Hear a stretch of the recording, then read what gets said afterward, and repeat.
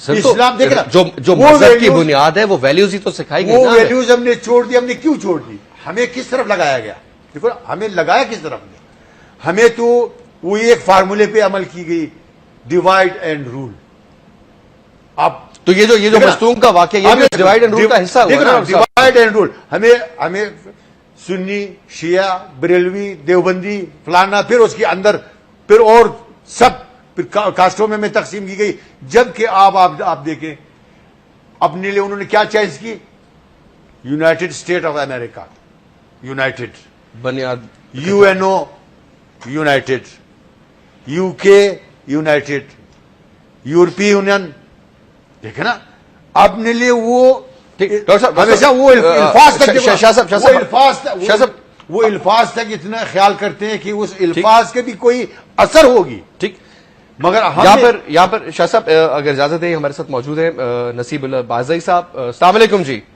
وعلیکم السلام. بازی صاحب ایک تو ہمارا آج کا پروگرام کا موضوع ہے مستونگ کے حوالے سے تھوڑا سا ہم ریلیجن کے اسپیکٹس پہ بات کر رہے تھے کیونکہ بیسک جو پرابلم نظر آ رہی ہے وہ یہ نظر آ رہی ہے کہ ایک فقہ دوسرے فقہ پر حملہ، وہ دوسرے پہ حملہ، اور بنیادی طور پہ یہ سلسلہ چل رہا ہے اور ایک عرصے سے چل رہا ہے اور سیکٹیرین وائلنس اس کو ہم کہتے ہیں وہ نہ ختم ہونے کے قریب ہے کہ مطلب اینڈ ہی نہیں ہوتا اس کا. جب سنتے ہیں کبھی دھماکہ کبھی کچھ. میرا آپ سے بنیادی سوال یہ ہے سر کہ کچھ میں انٹرنیٹ پہ ریڈ آؤٹ کر رہا تھا. ہمارے ساتھ اس وقت موجود ہے، میں مہمانوں کا بھی آپ سے تعارف کرا دوں. ڈاکٹر خادم حسین ڈھیلوں صاحب جو کہ سیکرٹری جنرل ہیں اہل سنت والجماعت کے، ان کے برابر میں بیٹھے ناصر علی شاہ صاحب جو کہ کوئٹہ سے آپ کے پاکستان پیپلز پارٹی کے MNA، اور ڈاکٹر فرزانہ باری جو کہ نمائندہ ہیں سول سوسائٹی کی. میرا آپ سے سوال یہ ہے کہ سر آپ کی گورنمنٹ پہ الزام یہ ہے کہ آپ لوگ سپورٹ کر رہے ہیں ان تمام ایلیمنٹس کو جو کہ ہزارہ بیلٹ کے لوگوں کو یا خاص کر کے شیعہ بیلٹ کے لوگوں کو جو قتل کرتے ہیں ان کو فار سم ریزن سپورٹ حاصل ہے فیڈرل گورنمنٹ پہ بھی اور پروونشل گورنمنٹ پہ بھی. یہ الزام ہے آپ پر، کیا کہیں گے؟ جی یہ بڑی بدقسمتی کی بات ہے کہ اس طرح سے امپریشن ڈیولپ ہوا ہے. بنیادی طور پر ہماری بلوچستان کی سوسائٹی جو ہے وہ نان سیکٹیرین اور نان وائلنس رہی ہے. یہاں پہ بڑا جو ہے ٹالرنٹ سوسائٹی رہی ہے. انفارچونیٹلی جو کچھ ہوا ہے وہ 80 آن ورڈ ہوا ہے، جس پہ میں ڈسکس نہیں کروں گا کیونکہ وہ میرا سبجیکٹ نہیں ہے. جہاں تک کہ جی گورنمنٹ کی طرف سے خدا نخواستہ اس قسم کا کوئی طرز عمل ہے، نہیں، سوال ہی پیدا نہیں ہوتا. میں انتہائی سختی سے اس کی تردید کرتا ہوں. اب بھی جو ہے نا اس وقت بھی جو ہے نا جو ٹاپ کے جو کچھ لوگ اس طرح کی سوچ رکھتے ہیں وہ گرفتار بھی ہیں، وہ اپنے ٹرائل فیس بھی کرتے ہیں. اور میں آپ کو انفارمیشن کے لیے بتاؤں کہ گزشتہ 6 مہینے میں 43 کیس بنے سیکٹیرین وائلنس میں. بدقسمتی سے 40 کیس میں تو ایکویٹل ہوئی ہے. وہ ہمارا کام نہیں ہے، وہ عدالت کا کام ہے، دیکھتی ہے کہ کس طرح کی ایویڈنس ہے. ہم اپنی ذمہ داریوں سے پوری طرح جو ہے نا واقف ہیں. یہ جو سلسلہ ہوا ہے آپ تھوڑا سے بلوچستان کو اس کے اپنے تناظر میں دیکھیں. یہ زائرین ان کو بالکل پورا حق ہے کہ اپنے مقدس مقامات کے لیے جائیں، لیکن ہمارے پاس کچھ فیصلے طے شدہ پڑے ہوئے ہیں جس میں یہ واضح طور پہ طے ہوا تھا کہ جب بھی اس قسم کی موومنٹ ہوگی باقاعدہ ہوم ڈپارٹمنٹ کو مطلع کیا جائے گا. اور ہم اپنے 4 ڈسٹرکٹ میں سیکورٹی دیتے رہے ہیں. ٹھیک ہے. اور آپ ذرا اس کا اندازہ لگائیں کہ پچھلے 3 مہینے میں کتنے سو جو اس طرح کے ظاہرین اور کتنے بس گئے ہوں گے. سر آپ مجھے ایک بات بتائیں، وہ آپ کی بات صحیح ہے. سر دیکھیں سب کام اچھے ہونا، بچہ اگر پاس ہوتا رہے نا تو کوئی نہیں پوچھتا کہ بھی آپ پاس ہو گئے، کیونکہ وہ اس کا کام ہے، اس کا فرض ہے. فیل ہوتا ہے تو سب اس کو کہتے ہیں ہاں بھی فیل کیوں ہوئے ہو. کہنے کا مقصد سر یہ ہے کہ 100 کام ٹھیک ہوتے ہیں نا، ہم ہر روز پروگرام کرتے ہیں، ایک دن کوئی بھنڈ ہو جاتا ہے، بلنڈر ہو جاتا ہے تو اس کی پوچھ گچھ ہوتی ہے، سارے پروگرام صحیح ہوتے ہیں، اس کی نہیں ہوتی. سو دس از دا پوائنٹ. مجھے آپ یہ بتائیں، میرا مائی کوشچن ٹو یو ہے سر، میں 2 آپ سے پوچھنا چاہوں گا. ایک مجھے یہ بتائیں کہ سر یہ بالکل آپ کو جو ٹائم ملے گا، لشکر جھنگوی کے لوگوں کا ہمیشہ تعلق نکلتا ہے، وہ خود ایکسپٹ کر لیتے ہیں کہ جناب فلانے میں بھی ہم انوالوڈ ہیں، فلانے قصے میں بھی ہم انوالوڈ ہیں. شفیق رند کو اور عثمان سیف اللہ کو جیل سے کس نے بھگوایا تھا؟ یہ جی دیکھیں، آپ نے ایسی بات چھیڑی ہے. جس وقت میں جس منصب میں ہوں اس وقت اس منصب پہ تھا نہیں، نہ ہی میں اس کی کوئی وضاحت دے سکوں گا کہ وہ کس طرح سے نکلے. میں آپ سے یہ کہتا ہوں کہ اگر اس موومنٹ کی اطلاع مجھے دی جاتی اور مجھ سے لیپس ہوتا، میں اس کو سیکیور نہ کر سکتا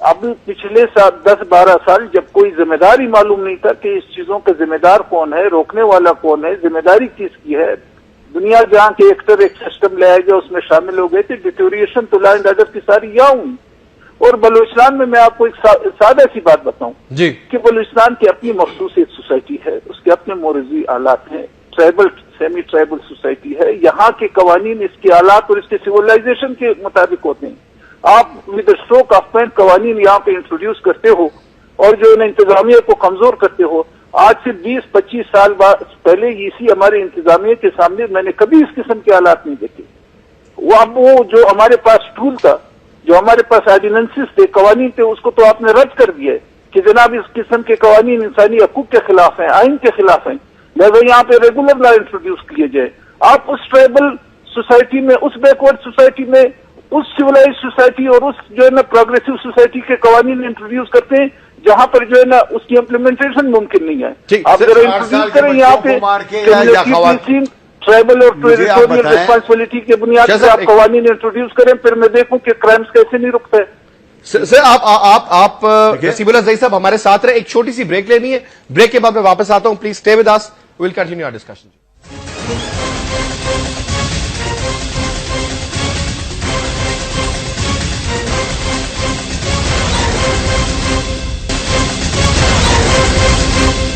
welcome back after the break. جی گفتگو جاری ہے. ہمارے ساتھ اس وقت ٹیلی فون لائن پر ابھی بھی موجود نصیب اللہ بازئی صاحب. سر آپ کو کلیئر تھا کہ باجی صاحب نے کہا کہ ٹرائبل کلچر، ٹھیک ہے نا، ٹرائبل کلچر آپ کو کیا اجازت دیتی ہے کہ خواتین کو، بچوں کو آپ ماریں؟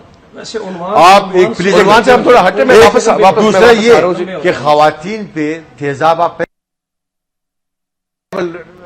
کلچر آپ کو اجازت دیتی ہے، ٹرائبل کلچر آپ کو اجازت نہیں دیتی ان چیزوں کی کہ خواتین پہ آپ ہاتھ اٹھا لیں.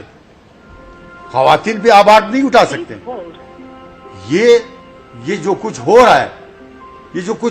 رہا ہے، یہ بالکل نہ ٹرائبل کلچر ہے نہ یہ اسلامی کلچر ہے. یہ کیا ہے پھر شاہ صاحب آپ بتائیں کیا ہے؟ یہ بیرونی ایجنڈا ہے. بیرونی ایجنڈے کی حمایتیں کام کی جا رہی ہے اور انٹرنل فیکشنز کو استعمال کیا جا رہا ہے. بالکل لشکر جنگوی کو کیا موساد یا کیا را استعمال کر رہی ہے؟ سر میں آپ سے ایک بات بتاؤں، ایک گروہ جس کو سپورٹ حاصل نہ ہو، جو خود اون بھی کرے، اس جدید دور میں، ٹیکنالوجی کی دور میں، وہ ٹیلی فون کرتے ہیں، ٹیلی فون ٹریس ہوتا ہے اور روز میڈیا کو بھی ٹیلی فون جاتی ہے اور بھی ٹیلی فون جاتا ہے، اے پی پی والوں کو بھی ٹیلی فون جاتی ہے کہ یہ ہم نے کی ہے. کیا وہ ٹیلی فون ٹریس نہیں ہو سکتا؟ تو پرائمریلی وہ آپ یہ کہہ رہے ہیں کہ یہ گورنمنٹ ہے یہ انفیشنٹ نہیں ہے صرف، بلکہ یہ چاہ نہیں رہے، ولنگ بھی نہیں ہے.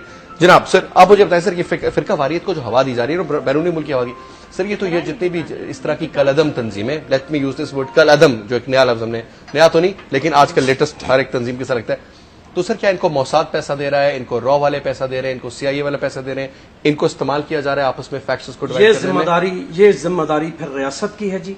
وہ تلاش کرے کہ جہاں سے ان کو فنڈنگ ہو رہی ہے. ہم بھی ہو رہے ہیں کہ بھائی یہ لوگ شاہ صاحب مکمل کریں. ڈاکٹر صاحب فرمائیے. یہ جہاں سے فنڈنگ ہو رہی ہے وہاں سے وہ راستہ روکا جائے، جو ملوث ہے گرفتار کر کے اسے جو ہے کیفر کردار تک پہنچایا جائے. لیکن اس کے ساتھ ساتھ کہ مستونگ کا واقعہ میں نے بھی پہلے آغاز میں اس پہ مذمت کی، لیکن جو ساتھ علی پور میں ہوا ایک دفعہ بھی اس پہ جو ہے وہ بات نہیں کی گئی. آپ بالکل بات کریں. ٹھیک ہے جی، میں کہتا ہوں وہ بھی قابل مذمت ہے. لشکر جنگوی والوں نے اگر کرنے کے بعد اس کو اون کیا ہے، مانا ہے کہ ہم نے کیا ہے، وہ تو نظر نہیں آ رہے کہاں کب پکڑے جائیں، کب کیفر کردار تک پہنچے. علی پور میں تو لوگوں نے خود اعلان کیا، امام بارگاہ میں اعلان کیا باقاعدہ، وہ ان پہ جو ہے وہ پورے دنیا اس کی شہادت ہے، علاقے کے لوگوں نے سنا کہ کون اعلان کر رہا ہے، باقاعدہ نامزد FIR ہے. تو اب میں سمجھتا ہوں کہ ہم کہتے ہیں کہ یہ تو کس دیکھیں گے ان کی سپورٹ میں کون آتا ہے. ایک بات. دوسری بات، یہ بات بھی ذہن میں تھی، بات چلی تھی کہ جو ہے وہ ریاست، سر اس پہ بھی پروگرام کریں گے، یہ بھی میرا وعدہ ہے آپ سے. اور بولیں. بالکل ریاست جو ہے اس کی یہ ذمہ داری نہیں ہے کہ ریاست جو ہے وہ مذہبی عنوانات پہ جو ہے وہ تفریق پیدا کرے یا اشتعال پیدا کرے. ہم کہتے ہیں کہ اگر یہ ریاست کی ذمہ داری نہ ہو کہ مذہبی اختلافات کے تعین کے لیے اگر ریاست کو حق نہ ہو، عدالت یہ اس پہ جو ہے وہ مداخلت نہیں کرتی، عدالت کو یہ اختیار نہ دیا جائے، تو اس کا مطلب ہے یہ اختیار پھر عوام کے پاس چلا جائے. تو جب عوام اپنے اختیارات استعمال کریں گے تو نتیجہ تو یہی ہوگا. اس ایسے موقع پر میں یہاں ایک جو ہے وہ انتہائی ذمہ دار فورم کے ذمہ دار شخص موجود ہیں، شاہ صاحب، میں ان سے جو ہے وہ گزارش کے شکل میں کہتا ہوں کہ پاکستان کی پارلیمنٹ بہت بڑا فورم ہے، شیعہ سنی تنازع کے حل کے لیے جو وجوہ فساد ہے، کس بنیاد پہ فسادات ہو رہے ہیں، میں کہتا ہوں اسمبلی کے فورم پہ یہ آواز بلند کریں اور وہاں فریقین کو بلا کے دونوں کا موقف سننے کے بعد بات یہ طے ہو جائے. ایک بات اسی طرح آپ سے بھی میری درخواست ہے کہ آپ جس طرح کراچی کی ٹارگٹ کلنگ میں جس طرح سپریم کورٹ کے چیف جسٹس آف پاکستان جو ہے وہ افتخار محمد چودھری صاحب نے آج خود نوٹس لیا ہے، یہ اتنی بڑی قیمتی جانیں جو ہیں وہ فریقین کے اتنے بڑے بندے جو ہیں وہ جا رہے ہیں، جو ہے وہ مارے جا رہے ہیں، تو اس پہ جو ہے وہ انہیں بھی آج خود نوٹس لے لینا چاہیے. اور اگر کل سید سجاد علی شاہ صاحب اتنی حمایت عوامی ان کو حاصل نہیں تھی کہ جتنی عوامی حمایت جو ہے وہ افتخار چودھری صاحب کو حاصل ہے، ہم کہتے ہیں کہ یہ اختیار انہیں بھی ہونا چاہیے. میں آپ کی وساطت سے ان کے سامنے ہاتھ جوڑ کے کہتا ہوں ان ایشوز پہ بھی سو موٹو ایکشن لیں. اور اس کے ساتھ تیسری بات، انسانی حقوق کی جو ہے وہ تنظیمیں میڈم صاحبہ بیٹھیں، یہ بھی زور دیں، ان کہیں کہ جو بندہ جو یہ کہیں جو ہے اشفاق کیانی صاحب کے پاس یہ ساری انسانی حقوق کی تنظیمیں ان کے دروازے پہ لے جائیں اور انہیں کہیں کہ جو شخص آپ کے بلانے پہ اس عنوان پہ نہیں آتا، ہم کہتے ہیں 1 مہینہ 2 مہینے 4 مہینے سال تسلی کے ساتھ فریقین کا موقف سنا جائے، پھر موقف سننے کے بعد جس نتیجے پہ پہنچیں، جو فیصلہ کریں، جو نہیں مانا اس کی گردن توڑ دی جائے. میں کہتا ہوں تینوں طبقوں، چاہے وہ کسی بھی جماعت سے اس کا تعلق ہو، کسی جماعت کے ساتھ تعلق ہو. ہم یہ دیکھیں، اس سے پہلے حضور فیصلے ہو چکے. یہ ہے ملی یکجہتی کونسل کا فیصلہ جس پر فریقین نے دستخط کیے ہوئے، اس پہ میری جماعت کی قیادت مولا اعظم طارق مولا فاروقی شہید اور مولا اعظم طارق شہید مولا محمد احمد لدھیانوی جو میری جماعت کے سربراہ ہیں، یہ ان کے دستخط بھی اس پر موجود ہیں. ساجد نقوی اور ان کی جماعت کے دیگر ذمہ داران کے دستخط موجود ہیں.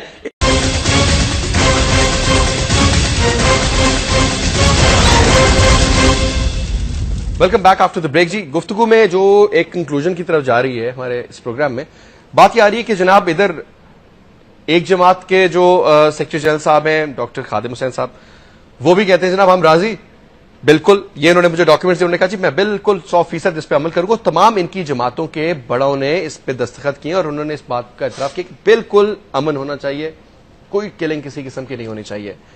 ناصر علی شاہ صاحب کا کہنا ہے کہ بالکل وائلنس کا اختتام ہونا چاہیے، ختم ہونا چاہیے، اور یہی فرزانہ باری صاحب کا بھی کہنا ہے. لیکن ان کا کہنا یہ بھی ہے کہ غالباً اس میں ریاست کی اپنی انوالومنٹ ہے، وہ اپنی سیاست کرتے ہیں آپس میں فیکشنز کو لڑا کر کے. جی میم. ایک تو یہی بات میں کہہ رہی تھی کہ ظاہر ہے اس میں وہی بات ہے کہ اگر جب تک ریاست کا بنیاد جو ہے وہ قومی سلامتی کی ریاست رہے گی اور فلاحی ریاست کی طرف یہ شفٹ نہیں ہوگا، تو مجھے لگتا ہے کہ ریاست کی جو ضرورت ہے کہ اس طرح کا اسلام اور مذہب اور سیکٹیرینزم اس کے پھیلانے میں وہ اپنا کردار ادا کرتی رہے گی. ریاست کی بنیادی حیت کو پاکستان میں بدلنے کی ضرورت ہے. دوسری بات، میری مذہبی جو فرقہ واریت پہ مبنی جو گروپس ہیں، مجھے آپ یہ بتائیں کہ اسلام جب آیا ہے تو کیا اس وقت فرقے تھے؟ یہ فرقے بنائے کس نے؟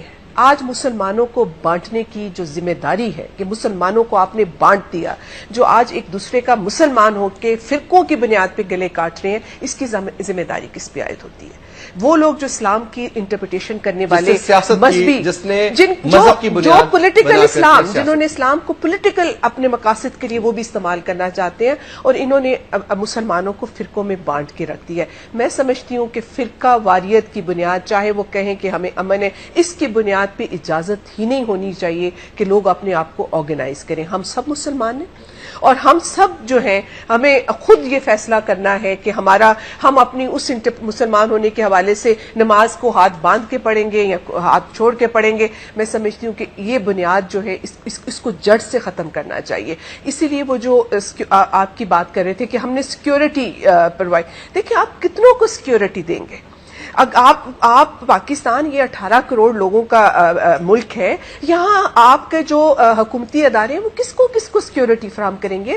ہمیں جو تھریٹ کی بنیادیں ہیں، جو ایک دوسرے سے ہمیں تھریٹ ہے, جو ہمیں مذہب کی بنیاد پہ ہے, فرقے کی بنیاد پہ ہے, مہاجر اور سندھی ہونے کی بنیاد پہ ہے, پٹھان اور بلوچ ہونے کی بنیاد پہ ہے, ان بنیادوں کو ہمیں ختم کرنا ہوگا. اور میں یہ بات کرنا چاہتی ہوں فیصل کہ دیکھیں, جس کو ہم کہتے ہیں نا نیشن بلڈنگ اور اسٹیٹ بلڈنگ, یہ آپس میں کوئی متضاد چیزیں نہیں ہیں, یہ میوچلی انکلوسیو نہیں, ایکسکلوسیو نہیں ہے, یہ آپس میں جڑی ہوئی چیزیں ہیں. لیکن پاکستان میں ہم نے صرف اسٹیٹ بلڈنگ کی ہے, ریاستی قومی سلامتی کے اداروں کو ہم نے صرف مضبوط کیا ہے, اور ہم نے نیشن بلڈنگ نہیں کی ہے. ہم ایک ملٹی نیشن سٹیٹ تھے, ہم مختلف قومیتوں کا ایک مجموعہ تھے, ہمیں ایک قوم بننا تھا. ہمیں اس قوم بنانے کی طرف جو کردار ہماری ریاست کا ہونا چاہیے تھا, وہ کوئی مذہبی ریاست وہ کردار ادا کر نہیں سکتی. ریاست کو سیکولر ہونا پڑے گا. ریاست کا مطلب ہے at the end of the day انسان, ہیومن بینگ, ایک ٹیم بھی ہوتی ہے, تو کرکٹ ٹیم ہوتی ہے. ریاست کا مسئلہ یہ کہ ریاست کے اوپر جو حکمران, دیکھیں ریاست وہی بات ہے, آپ سے یہ کوئی ایبسٹریکٹ چیز نہیں ہے. مطلب ریاست کا اگر ادارہ فوج ہے, ریاست کا ادارہ پارلیمنٹ ہے, لوگ 2 نمبر ہے, اس لیے انسٹیٹیوٹ ٹھیک نہیں ہے. میں وہی بات کر رہا ہوں, اگر پارلیمنٹ میں لوگ کرپٹ ہو گئے, پارلیمنٹ ہاؤس تو کرپٹ نہیں ہو سکتا, نہیں اس کی اینٹیں دیواریں کرپٹ ہو جائیں, یا اس کا جو چھت ہے وہ کرپٹ ہو جائے, پتا چلتا ہے اس کے اندر لوگ بیٹھے ہیں وہ کرپٹ ہے, کوئی بھی ادارہ ہے. ہاں, اسی کو میں ایک بات کرنی چاہ رہی ہوں کہ دیکھیں جو ریاست کے ادارے ہیں, اس میں آپ کی مقننہ ہوتی ہے, آپ کی عدلیہ ہوتی ہے, آپ کی انتظامیہ ہوتی ہے, اور اس کے اوپر جو حکمران طبقہ ہے جو ان کی شکل بناتا ہے کہ ہماری گورننس کیا ہوگی, ہماری پارلیمنٹ کس قسم کے قوانین پاس کرے گی. وہ بنواتے ہیں روڈیں, وہ بنواتے ہیں نالیاں, وہ لگواتے ہیں کھمبے, انہوں نے ووٹیں لینی, وہ ٹرانسفارمر لگوا رہے ہوتے ہیں, ان کا کام یہ حکمران طبقہ جب تک ہمارے ریاستی اداروں پہ قائم آپ یہ سمجھتے ہیں کہ بنیادی طور پہ ریاست کو اپنا کردار کی حیت بدلنی انسان کے پڑے بچوں کی گی. طرح کرنا چاہیے, جی,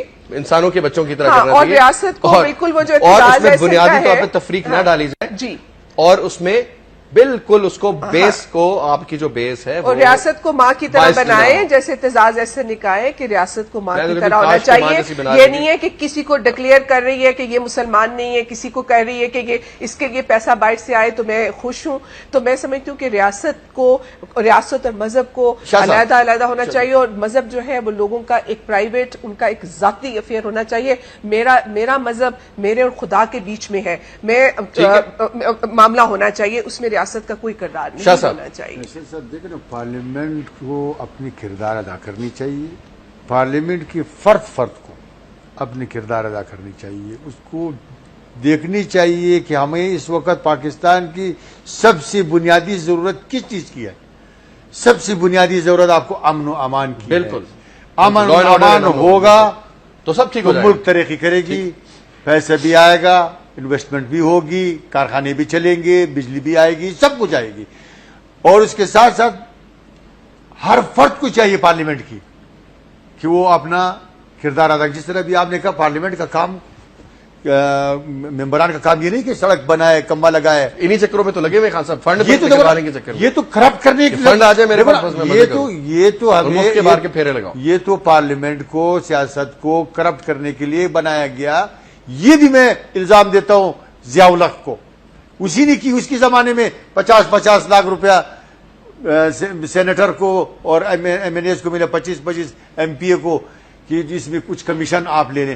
بات یہ ہے کہ پارلیمنٹ کی کام یا عوام کی نمائندوں کا کام سڑک بنانے, اس کے لیے ادارے موجود ہے, ادارے آلریڈی موجود ہے, اداروں کی کام ہے. آپ نشاندہی کر سکتے ہو, آپ کا کام یہ ہے کہ قانون سازی کرو. آپ یہ دیکھو کہ ملک کو کس قانون کی ضرورت ہے, ٹھیک ہے. دوسری, جب تک قانون کی بالادستی نہیں ہوگی, قانون کی بالادستی ضروری ہے. اگر آپ چاہتے ہو جمہوریت اور یہ پارلیمنٹ چلے اور جمہوریت آگے چلے, آپ کو قانون کی بالادستی قائم کرنی پڑے گی, کیونکہ قانون بنا ہوا ہے کمزور لوگوں کے لیے. قانون بنی ہے کمزور لوگوں کے لیے, اس لیے نہیں کہ وی آئی پیز کو تحفظ دے یا ان کے سرمایوں کو تحفظ دے. خان صاحب کرے گا کون, مجھے بتائیں. یہی پارلیمنٹ منسٹر کا میں یہ کہتا ہوں, ٹکر مار دیتا میں آپ کی, میں لکھ کے دیتا ہوں, اگر ہو جائے, میں آپ کی اس چینل کے توسط سے یہ کہوں گا کہ خدا کے لیے آپ لوگوں نے سب نے ووٹ لی ہے. کتنے جنرلوں کی اکاؤنٹیبلٹی آپ نے ووٹ لی ہے. ایک منسٹر ابھی اندر ہو گیا حج والا, وہ بھی کیونکہ اگر انہوں نے کیا ہوا ہے مذہبی امور والے, وہ جو صاحب اندر ہیں, جی, تو آپ مجھے بتائیں پھر اتنا بڑا گناہ کیا ہے تو اللہ تعالیٰ کی ذات کی طرف سے سزا ملی ہے. میں یہ کہتا ہوں کہ ورنہ میں ادھر گیا کون ہے؟ یہ کہتا ہوں کہ اپنے کردار کو ادا کرو اپنی ضمیر کے مطابق, اس عوام بیچارے سے ووٹ لے کے آپ آئے ہیں. اپنی رول پلے کرو, اپنی کردار ادا کرو. جب تک آپ کردار اپنے ادا ہر نہیں چیز کرو گے, ٹھیک ہو سکتی ہے. بنیادی طور پہ آپ کا کہنے کا مقصد, میں چاروں ٹائم دوں, آگے دوں ڈاکٹر صاحب کو, کہ اگر ریاست اپنا کردار صحیح کر لے تو سب سلسلے ٹھیک ہو جائیں گے. بنیادی طور پہ آپ دونوں نے یہی بالکل بات میں کی. اس متفق ہوں. ڈاکٹر صاحب فرمائیے گا.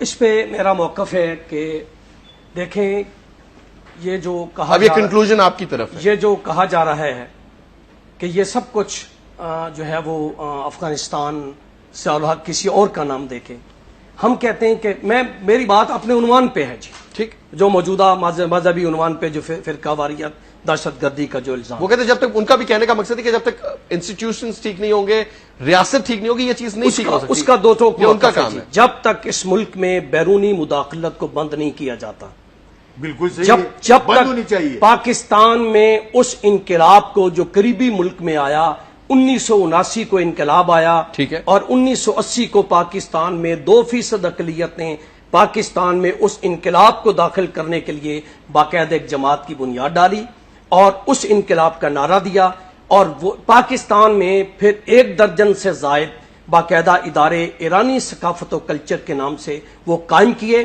جہاں سے لٹریچر, کتابیں وہ چھپیں, آئیں, پہنچیں, پاکستان سمیت پوری دنیا میں گئیں. ہم ہر فورم پر وہ کتابیں پیش کرنے کو تیار ہیں. اصل بات میڈم نے بڑی خوبصورت کہی کہ اصل وجہ جو ہے وہ ریاست کی کیا ذمہ داری ہے, لیکن فساد کی جو وجہ ہے وہ یعنی واجپائی ہے, جو کل کے پروگرام میں کہا گیا واجپائی ہے, اسے ہندو کیسے کہیں گے یا اس کو بھی لکھیں گے کافر ہے. اس نے اپنے آپ کو مسلمان نہیں لکھا جی, اس نے کبھی بھی کھل کے اپنے آپ کو اسلام کا جو ہے وہ نمائندہ ظاہر نہیں کیا. ہندو کے متعلق ہم نہیں کہتے, قادیانی کے متعلق کہنے کی ضرورت کیوں پیش آئی کہ اس نے اپنے آپ کو غیر مسلم ہو کے حضور علیہ السلام کی ختم نبوت کا منکر بننے کے بعد اپنے آپ کو مسلمان ٹھہرایا. اس لیے پارلیمنٹ کا فیصلہ آنے کے بعد یہ سب کچھ لکھنے کی ضرورت پیش آئی. ایک تو میرا موقف ہے کہ جب تک ان کتابوں کو, جو کتابیں جو ہے خاندان نبوت, آل بیت رسول اور اصحاب رسول کے خلاف جو کتابیں پرنٹ ہو کے پہنچی ہیں, ان کتابوں کو جب تک بین نہیں کیا جاتا, مصنفین کے خلاف جو ریکارڈ میں بھی ہے باقاعدہ جس پہ اتفاق ہے کہ سزائے موت مقرر ہو, اس پہ دونوں فریقین کے دستخط ہیں, میرے بھی ہیں یعنی میری قیادت کی بھی ہے, دوسرے فریق کے بھی ہیں. تو اس کا مطلب ہے جب مدعی مدعا علیہ دونوں متفق ہیں تو تیسرے بندے کو اختلاف نہیں ہونا چاہیے, اسے متفق ہو جانا چاہیے. ایک بات تو تیسرا, اس وقت نئی صورتحال فیس بک پہ پھر دوبارہ اثر نو, یہ میں کہتا ہوں اس طرف توجہ نہیں دی جا رہی. فیس بک کے پر حضرت عائشہ صدیقہ رضی اللہ تعالیٰ عنہ, حضرت فاروق اعظم رضی اللہ تعالیٰ عنہ, چونکہ اس پروگرام کو پورے دنیا میں میری مائیں, بہنیں, بیٹیاں اور جو ہے وہ ایسے لوگ سن رہے ہیں, میں وہ زبان پہ الفاظ لا نہیں سکتا کہ وہ کیسے کارٹون بنائے گئے ہیں, کیسے ان پہ لکھا گیا ہے حضرت صدیق اکبر, حضرت فاروق اعظم. تو جب تک ان باتوں کا خاتمہ نہیں ہوگا, حضور والا یہ کون کرے گا, اس کے لیے سنجیدہ کوشش کریے. میں نے پیشکش, آپ 3 حضرات بیٹھے, تینوں کو میں نے جو ہے وہ آفر دی ہے, یہ تو نمائندہ ہیں, شاہ صاحب ان کے نمائندے ہیں, تو انہیں چاہیے اور اس فورم کا بھی حصہ ہیں. پھر میں درخواست کروں گا کہ اس فورم پہ جا کے کہیں کہ تنازع کے تم خود ذمہ دار ہو, جیسے انہوں نے بڑی جرت کا مظاہرہ کیا کہ فلاں فلاں بندہ جو ہے وہ یعنی اسٹیٹ جو ہے وہ اس کی وہ ریاست ذمہ دار ہے, میڈم نے بھی کہا. تو یہ ان کی ذمہ داری بنتی ہے کہ انہیں جا کے اس فورم پر انہیں جھنجھوڑیں, انہیں کہیں کہ اتنی بڑی جو قیمتی جانیں جا رہی ہیں وہ ان کے لیے وہ تم اس کے لیے باقاعدہ کردار ادا کرنے کے لیے تیار کیوں نہیں ہو, اس کو ٹریک ڈاؤن کریں. بالکل. اور اچھا بات یہ جی, کیونکہ پروگرام اپنے اختتام کو پہنچتا ہے, 2 چیزیں سر جو بات سمجھ میں آئی ڈاکٹر صاحب, شاہ صاحب اور میڈم آپ کے ساتھ بھی ہے. ایک تو ریاست کی اپنی ذمہ داری 100% ناظرین ہے یہاں پر کہ ان کا اپنا ایک ان بائسڈ اور پراپر اور لیجیٹیمیٹ رول پلے کرنا ہے. اور وہ کہتے ہیں نا جی اپنی رٹ, جو ویسے تو ہم سوات میں رٹ منوانے کے لیے فوج کو بلا لیتے ہیں, ان معاملوں میں بھی ریاست کو تھوڑی سی اپنی رٹ منوانی ہے. دوسری چیز یہ, ہمیں اندرونی طور پہ بھی ٹالرنس, کیونکہ جب ہم بات کرتے ہیں اسلام امن اور سلامتی کا مذہب ہے اور سب کے لیے پیار محبت کی بات کرتے ہیں ہم, اور اس میں بہت ٹھہراؤ ہے اور بہت سکون کی بات ہم کرتے ہیں, تو پھر یہ جھگڑے فساد آپس میں، جب یہ چیزیں تو ہمارے اپنے بس کی ہیں نا جناب. اب یہ سیلاب آ گیا، یہ تو اللہ کی طرف سے ایک آفت تھی، ہم سب مل کر اس کا مقابلہ کر رہے ہیں، لیکن یہ وہ چیزیں جو ہمارے اپنے بس میں اپنی ٹالرنس پیدا کریں، اور کیوں ہم ایک دوسرے پر کیچڑ اچھالیں، کیوں دوسرے کو غلط کہیں، کیوں دوسرے کو گالی دیں، کیوں دوسرے کی جو ایک اس کا فیتھ ہے اس کو ہم چیلنج کریں. ہاں اس میں بنیادی طور پہ جو ڈاکٹر صاحب نے بات کی کہ ختم نبوت کے بعد جس طرح احمدی نے بات کی، تو ہاں وہ اس دائرے سے خارج ہو جاتے ہیں اور وہ دائرہ اسلام نہیں رہتے، کیونکہ ختم نبوت اینڈ آف دا ڈے اس کے اوپر اس کے آگے بات نہیں کر سکتے، ختم ہو جاتا ہے. اور اس پہ میرے خیال میں میرے تینوں پینلسٹ میں سے کوئی بھی ایسا نہیں ہے جو نہ کہے. لیکن اگین جس طریقے سے باقی ممالک میں بھی بات کی جا رہی ہے کہ پوری دنیا میں ہر مذہب کے ہر قسم کے لوگ رہتے ہیں، ہمیں آپس میں ایک دوسرے کو برداشت کی بات کرنی ہے، امن کی بات کرنی ہے، بھائی چارے کی بات کرنی ہے، اور ایک دوسرے میں کو اس چیز کی بنیاد بنا کے قتل و اس کا کوئی کسی قسم کا بھی کوئی بھی مذہب اسلام بھی اس کی اجازت نہیں دیتا. اینی وے جی تھینک یو ویری مچ، آپ کا بہت بہت شکریہ ڈاکٹر خادم حسین ڈھیلو صاحب، آپ نے وقت نکالا اور ہمارے ساتھ شامل ہوئے. انشاءاللہ پھر آپ سے ملاقات ہوگی اگلے آنے والے پروگراموں میں بھی آپ سے ضرور ہم ڈیفینیٹلی اس کے بارے میں بات کریں گے. اور یہ میں آپ کا لٹریچر میں انشاءاللہ آپ کو ضرور بلاؤں گا، اور یہ لٹریچر میں آپ کا رکھوں گا، اس کو میں ڈیفینیٹلی تسلی سے پڑھوں گا. بہت بہت شکریہ ادا کروں گا میں ناصر علی شاہ صاحب، آپ کا بھی آپ پروگرام میں آئے، اسپیشلی وقت نکالا، اور بہت بہت شکریہ ادا کروں گا آپ کا ڈاکٹر فرزانہ باری، آپ بھی آئیں اور آپ نے اپنی ہمیں ایک ویژن جو آپ کی سوچ ہے اس کے حوالے سے بھی آپ نے بات کی. ناظرین اس کے ساتھ ہی پروگرام اپنے اینڈ کو پہنچتا ہے، انشاءاللہ منڈے کو پھر ملیں گے، تب تک کے لیے اجازت دیجیے، خدا حافظ.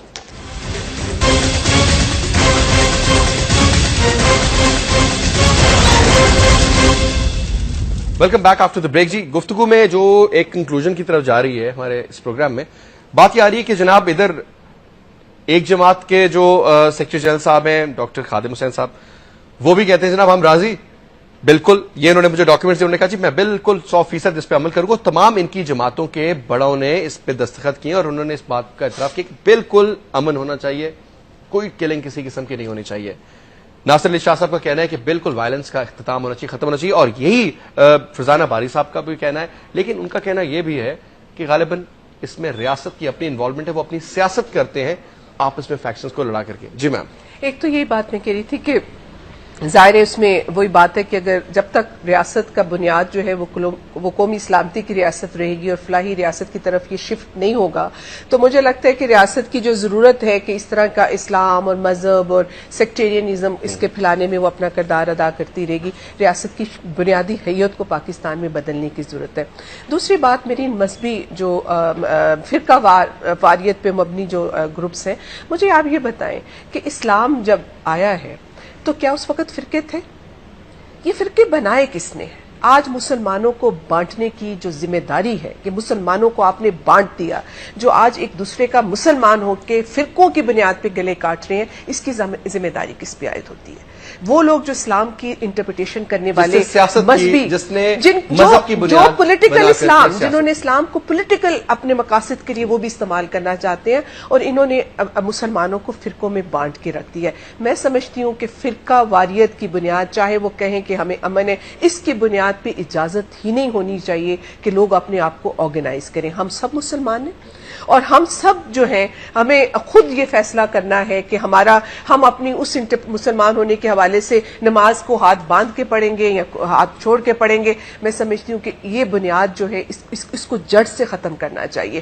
اسی لیے وہ جو آپ کی بات کر رہے تھے کہ ہم نے سیکیورٹی پرووائڈ، دیکھیں آپ کتنوں کو سیکیورٹی دیں گے؟ آپ پاکستان یہ 18 کروڑ لوگوں کا ملک ہے، یہاں آپ کے جو حکومتی ادارے ہیں وہ کس کو سیکیورٹی فراہم کریں گے؟